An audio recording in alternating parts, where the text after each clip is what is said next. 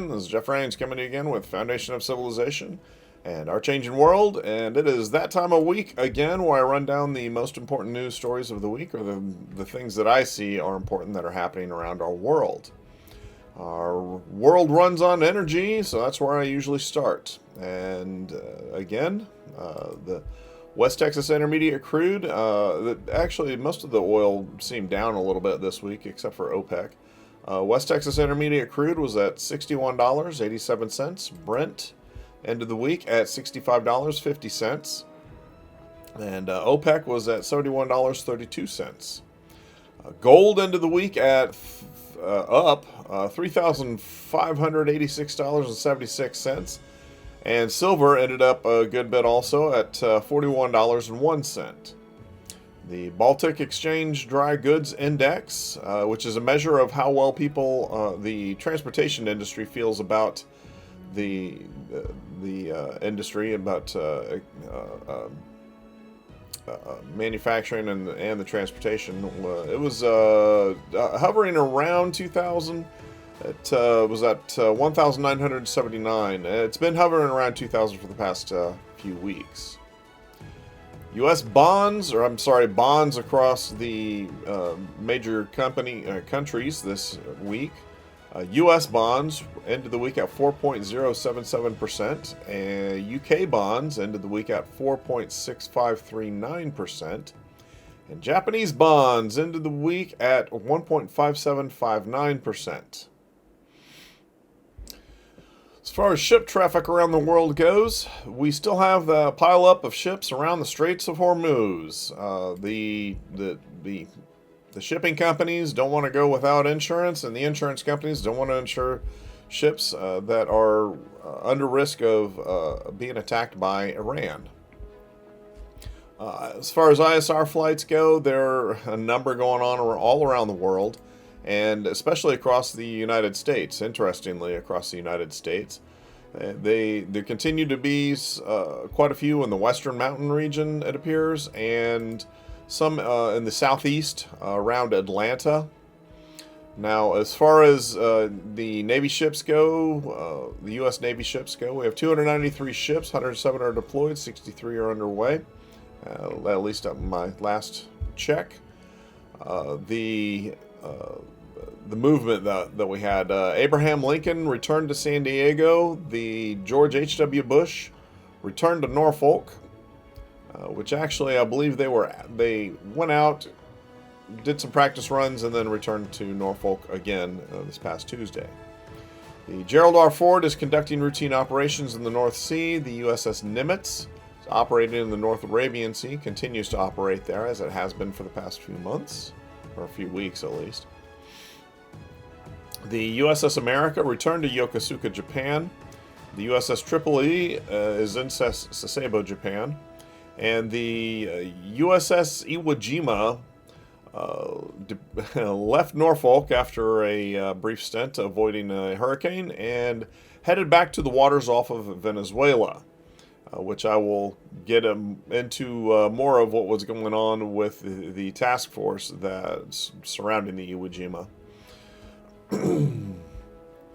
This past week, interestingly enough, the BRICS nations seem to be, I want to say they're alive and well. Actually, I think they were a bit put back with the U.S. election, but they're reconvening. This week, China celebrated the defeat of the Japanese forces, the 80th anniversary of the defeat of the Japanese forces. And a number of world leaders came to visit. That included, hosted by China, and the Russian president arrived, the leader of North Korea arrived. The interesting one for me was the leader of India. So most of the BRICS nations were represented, and the founders of the BRICS nations. I expect that, most of them are still pretty supportive of BRICS. As far as the European markets go, the DAX this week ended the week at 23,596.98. The FTSE 100 ended the week at 9,209.02. The CAC 40 ended the week at 7,666.54. And the IBEX 35 ended the week at 14,850.90. Russia continues to launch missile and drone attacks into Ukraine. And this week was no different. Wednesday, they launched an attack which targeted western and central Ukraine, wounded at least 5 people, according to Ukrainian air forces. Now, the war between Russia and Ukraine has been very costly for Russia. Its economy is suffering because of it, and Russia's economy is slipped into, quote, technical stagnation in the second quarter of this year. This is according to Sberbank CEO German Gref. And he was speaking at the Eastern Economic Forum. And some more of the details that they give is that Russia's central bank had to raise its key rate to a 2-decade high of 21% in September 2024 to combat surging inflation. This was largely driven by spending on the military. And although policymakers have since lowered the rate to 18%, signaling a gradual shift away from their fight against inflation, they have refrained from more drastic cuts as state spending remains high. In a bit of validation, some of you may remember a couple weeks ago on August 23rd, a young girl in Scotland, in Dundee, Scotland, Maya Summer, was filmed brandishing a knife and a hatchet. She had retrieved these weapons to protect herself and her friends, who were being pursued. One of them, one report I've heard is that one of her friends was actually attacked. Well, this week, a man and a woman were arrested. Now, the police are saying not to speculate, but, this is the internet. That's exactly what we do. What they were doing is the same kind of thing that happens whenever a husband and wife or a male and a female team work together to try to lure children into a vulnerable situation and try to kidnap them. I don't know if that's exactly what's happening here. We will find out more along the way. However, and unfortunately, Maya herself still is under investigation and under threat of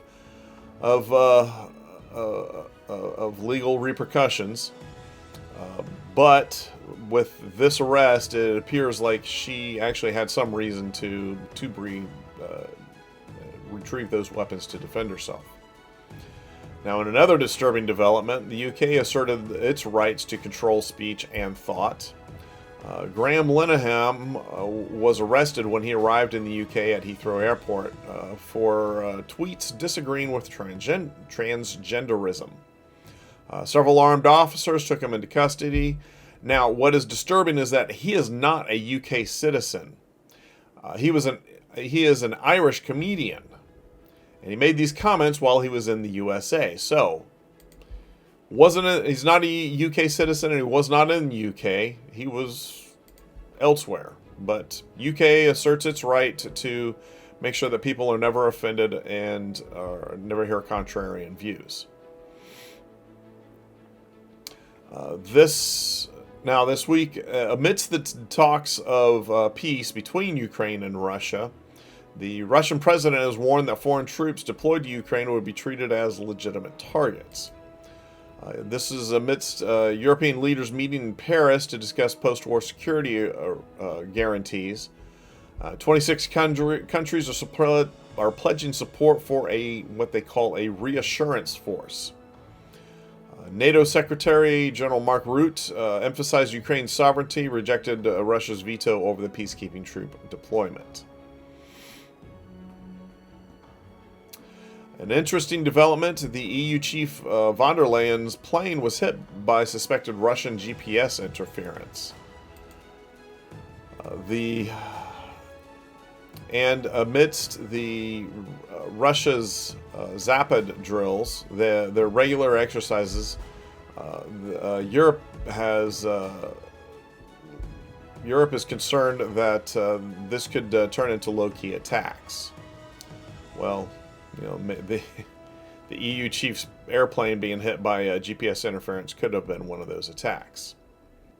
French politics is so paralyzed that the resignation of the president, an idea once only whispered in the corridors of power, is now being openly debated. While the president's departure would be an earthquake for European diplomatic stage, there's increasing doubt it would fix gridlock stalling the Fifth Republic. The French president is already scouting around for his fifth prime minister in less than 2 years, in the expectation that the current prime minister will be ousted on Monday over his unpopular measures to slash the country's eye-watering budget deficit. In a very interesting, disturbing turn of events, a number of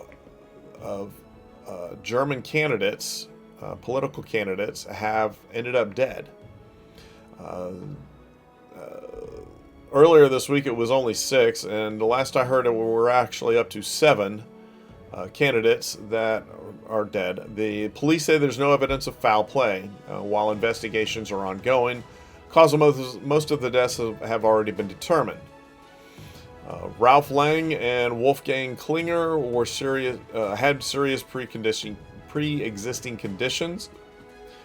This is a spokesman from the North Rhine-Westphalia AfD, a spokesman for that organization. Wolfgang Seitz also had pre-existing conditions and suffered a heart attack. Stefan Berendez also died of natural causes of the reserve list of candidates. And Renee Herford had a pre-existing liver condition and died of kidney failure, while Patrick Tietz committed suicide. Now, any one of these is, you may have some questions, but now that we're up to 7 of them that have died within 2 weeks of an election, something sounds very wrong about all of this. And make no mistake, the intel agencies are well versed in how to create or cause medical emergencies in people.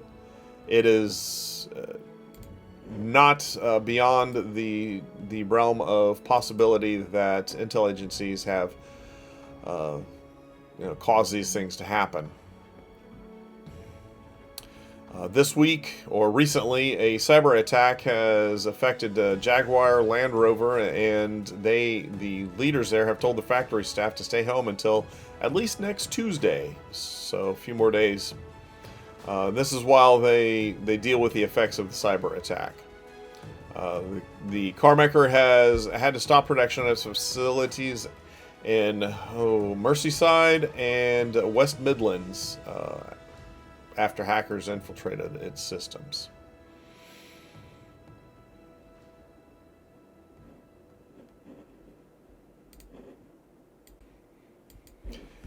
In Marseille, France, a immigrant was confronted by staff at a hotel where he was staying. He failed to pay his bill, and when he was confronted, he produced a knife and attacked 4 people. Police responded and shot him, killing him. His name was 35-year-old Abdul Kadir D. And he was given a residence permit until 2027.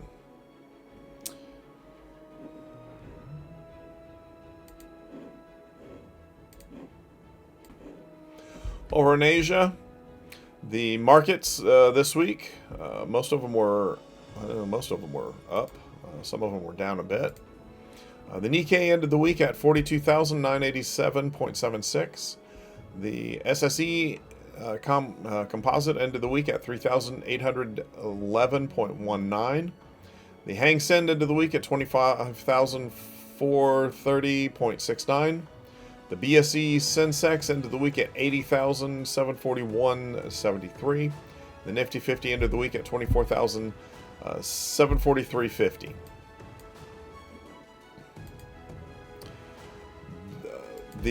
Most of the news this week centered around China's celebration, the parade celebrating the defeat of Japan, 80th anniversary of it. Part of the parade were new weapon systems that presented by China. A number of these things came out. A number of weapon systems were on display. One of them was a LY-1 laser weapon designed to disrupt GPS systems and maybe blind pilots. Conventional drones were on display, as well as some AI-powered ones. The AJX-002 giant submarine drone. Stealth attack drones were in the parade. Included the GJ-11 robotic wolves, four-legged walking robots that can be used for a number of operations, including sweeping mines, reconnaissance missions, hunting down enemy troops. The Dongfeng 5 nuclear-capable intercontinental ballistic missile that can carry up to 12 warheads on a single mission. The DF-61 missile that can be fired from a mobile launcher. The previous model had a range of more than 7,500 miles, and it also can carry multiple warheads.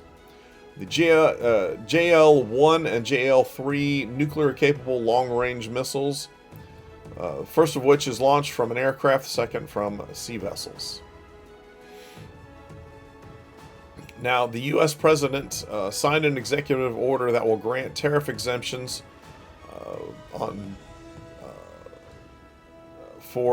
to trading partners to cover key materials such as nickel, gold, and pharmaceuticals.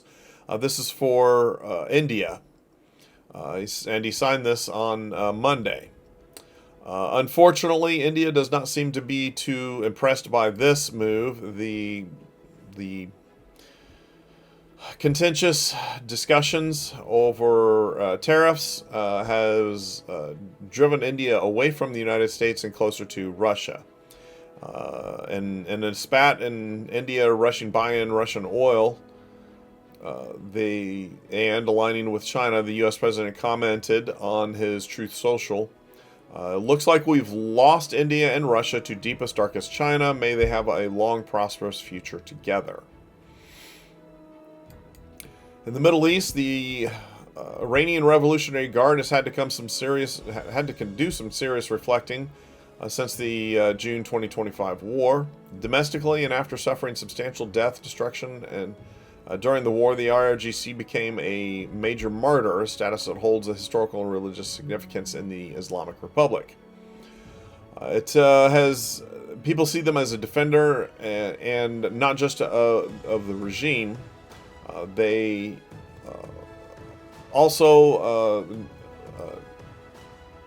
are defending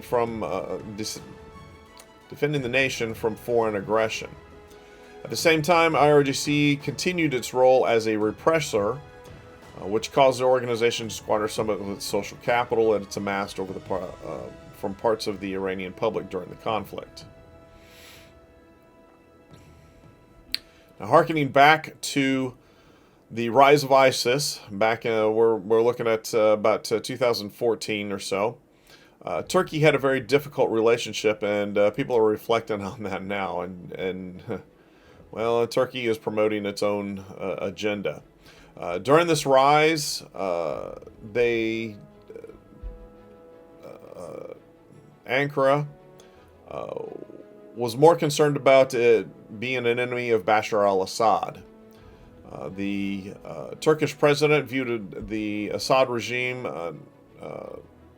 not ISIS, as a greater threat to regional stability. And that caused Turkey to use a permissive attitude towards the jihadist actors. As the Turkish president saw it, ISIS might be extreme, but it was useful battering ram to topple Assad. The risk of the blowback was downplayed. By mid-2014, Turkey became a recruitment hub and transit point for ISIS. Estimates suggest between 600 and 1,000 Turkish citizens had joined the caliphate. And the New York Times reported that ISIS offered Turkish recruits $150 a day to fight. It was also reported that ISIS recruitment drives in Turkey, conservative urban neighborhoods. They conducted the recruitment drives in the conservative neighborhoods. In 2013, some 30,000 foreign fighters are estimated to have joined the caliphate by crossing into Syria via Turkey. Over in Africa, in the Darfur region of Sudan, some 200 children were killed in deadly mudslides. In Congo, a company, Cobalt Metals, which is an American company backed by Jeff Bezos and Bill Gates, is making significant strides in the mining sector in that country. On September 2nd, this past week, the company received 7 exploratory permits from the government following a memorandum of understanding signed July 17th that was influenced by the U.S. administration.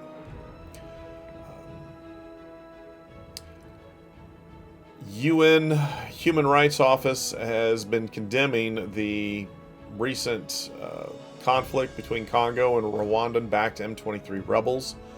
They're saying that both sides committed some very serious atrocities during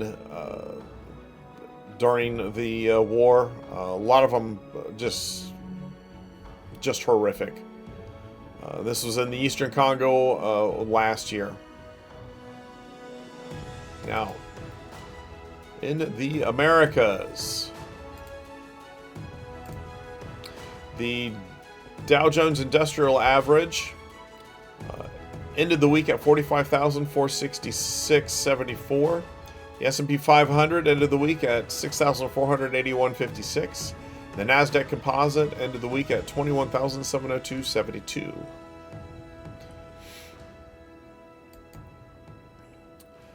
This week, while conducting operations in southern Colombia, 2 soldiers were seriously injured after being doused with gasoline and set on fire.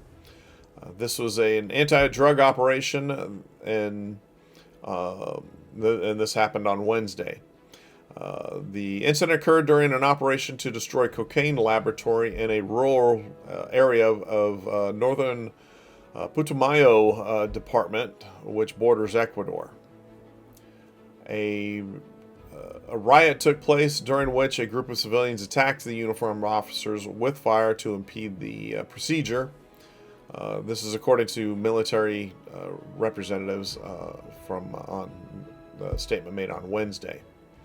It was an officer and a soldier suffered serious burns, and unfortunately such attacks by civilians on security forces in remote guerrilla-controlled areas have become increasingly frequent in Colombia. Earlier this week, I'm going to say Tuesday, the U.S. president shared dramatic video of U.S. forces striking a relatively small boat that was alleged to be carrying drugs and operated by Tren de Aragua. A total of 11 people were noted on this small vessel and killed. There were no survivors and there were no threats to U.S. military personnel. On September 5th, Venezuela flew 2 F-16s over a U.S. Navy ship. This is probably all the F-16s that they can fly. They only have a bought total of 5, and maintenance is difficult, especially when the USA will not sell you replacement parts. Since we have very poor relationships with Venezuela, that's where we are at the moment. Fortunately for the pilots, the U.S. ships did not respond. However, in a response afterwards, the U.S. president gave permission for the ships to defend themselves. We'll see what comes of this. That may be in a probe to see what we would do. Who knows? This week, we saw the largest seizure of precursor chemicals used to manufacture methamphetamines in U.S. history. This originated out of the port in Shanghai. China was sending over 700,000 tons, or something, sorry, 700,000 pounds on the high seas to the Sinaloa cartel. That is over $500 million worth of material, 18 tractor trailers worth. Yesterday, a number of agencies, including FBI, DEA, ICE, and Georgia State Patrol, and many other agencies, were all involved in a major immigration enforcement operation at the Hyundai mega site battery plant in Bryan County, Georgia. According to officials, 450 people that were working, apparently, I believe it was construction at the time, they were all rounded up. Now, this is interesting because they're removing some people and opening up some other jobs. This week it was reported that we only had 22,000 jobs created in August. Now, I want to remind you that the job statistics has been rather sketchy lately. Over the past few years, it is consistent to see the jobs numbers revised down regularly. And in one stint, they just eliminated 818,000 jobs. There needs to be some soul searching done at the Bureau of Labor Statistics, and they need to reevaluate how they're conducting these reviews. Now, earlier, I think it was a couple weeks ago, President fired one of the statisticians, and we'll see what kind of changes may come out of that. In an interesting move, at least for me, the U.S. president signed an executive order to rebrand the Pentagon as the Department of War. And he told reporters in the Oval Office it was a more appropriate name given the state of the world. Now, mind you that this is not new. Our military forces have been known as the Department of War before, so... but I'm not really sure what the overall purpose of this is. This week, a number of survivors, of victims of Mr. I have to say this carefully, Mr. E.P. Stein. They had a news conference and presented their case to release the files on Mr. E.P. Stein.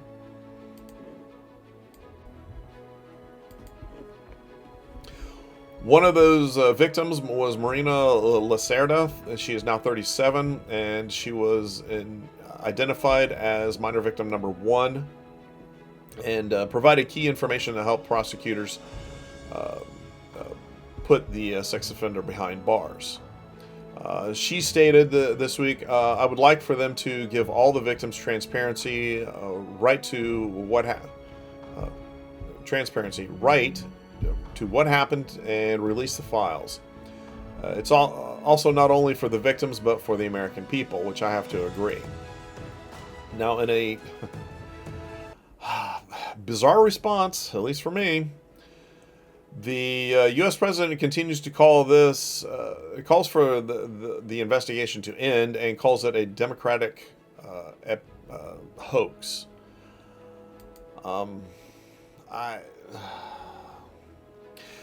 The trouble is that those files cut both ways. They have a ton of people that are still in power on both sides of the aisle.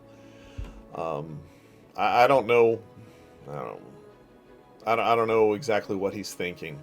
In fact, some of the survivors also noted that they had never seen the U.S. president involved with Mr. E.P. Stein.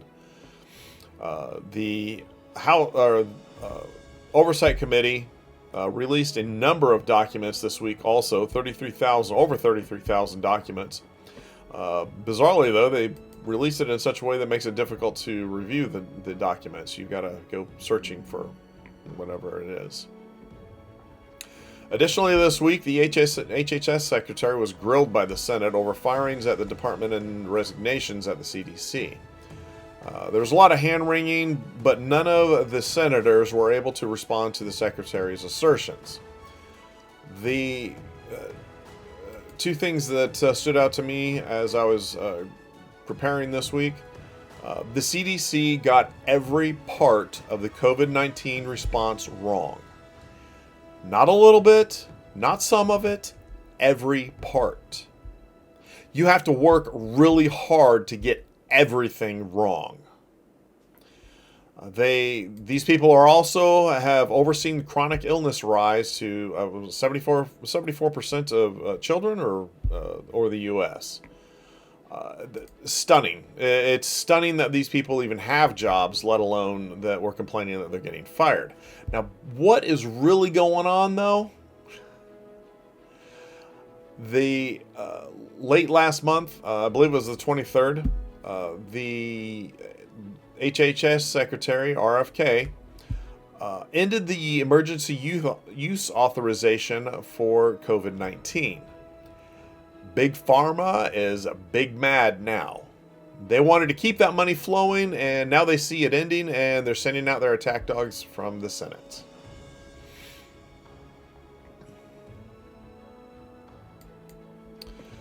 Earlier this week, I did a short video on the crackdown in Washington, D.C. Over 1,600 arrests, many of them federal-related charges, and those people will not get back out into the public to cause chaos and corruption, and to violate the rights of other people. Also this week, the FinCEN, part of the Department of Treasury, released information that hang on, I've got to get this one exactly right. Okay. That Chinese money laundering networks had laundered $312 billion in money through U.S. institutions.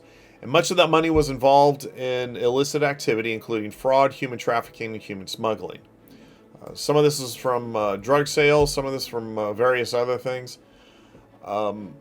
Staggering amount of money that's going into going through here. A lot of that money is being used to purchase farmland in the United States, land near military bases. It is also being used to influence elections across the country.